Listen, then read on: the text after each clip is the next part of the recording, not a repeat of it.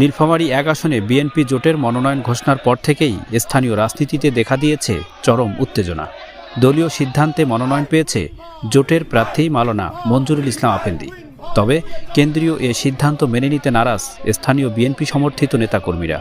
নেতার কাছে আমাদের আবেদন, আমাদের তৃণমূল পর্যায়ের আবেদন, তোমার বাসীর সেন্টিমেন্ট বুঝতে হবে। আমরা তুহিন ভাইয়ের বিকল্প এখানে কোনো সংসদ সদস্য আমরা দেখতে চাই না। নেতাকর্মীদের দাবি, দীর্ঘদিন ধরে সাংগঠনিক কর্মকাণ্ড আন্দোলন সংগ্রামে সক্রিয় থাকা খালেদা জিয়ার ভাগ্নে প্রকৌশলী শাহরুল ইসলাম চৌধুরী তুহিনকে মনোনয়ন দিতে হবে। তাকে উপেক্ষা করে জোটের প্রার্থী আফেন্দিকে মনোনয়ন দেওয়ায় তারা চরম হতাশ।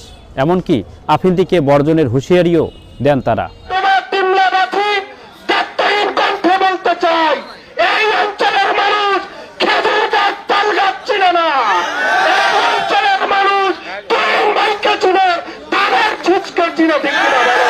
স্থানীয় বিএনপি সমর্থিত নেতাকর্মীরা স্পষ্ট জানিয়েছে তারা এই মনোনয়ন সিদ্ধান্তে সন্তুষ্ট নয়। তাদের ভাষ্য, তুহিন ছাড়া অন্য কাউকে মেনে নেওয়া তাদের পক্ষে সম্ভব নয়। এই অবস্থায় জোটের প্রার্থী আফেন্দির পক্ষে নির্বাচনী মাঠে বিএনপি সমর্থিত নেতাকর্মীদের সক্রিয় থাকা নিয়েও তৈরি হয়েছে অনিশ্চয়তা। তোমার দিমলার যত উন্নয়ন হয়েছে, স্কুল, কলেজ, কালভার্ট, পল্লী বিদ্যুতায়ন সব তুহিন ভাইয়ের হাত ধরেই হয়েছে। তাই আমরা এই জোটের প্রার্থীকে মেনে নিব না। তোমার দিমলার মানুষ মেনে নেবে না। আমাদের বুক ফেলে যাচ্ছে কান্নায়, কিন্তু আমরা কান্না করতে পারতেছি না।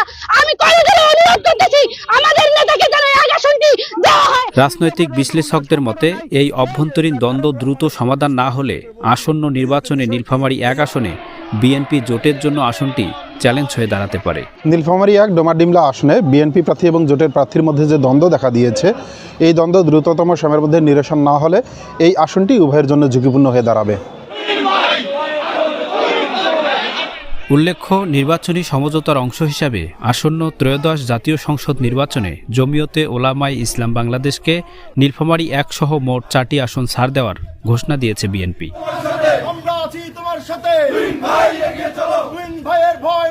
এখন দেখার বিষয় দলের হাইকমান্ড এই অসন্তোষ কিভাবে মোকাবেলা করে এবং নেতাকর্মীদের ঐক্যবদ্ধ রাখতে কোন সমঝোতার পথে যায়।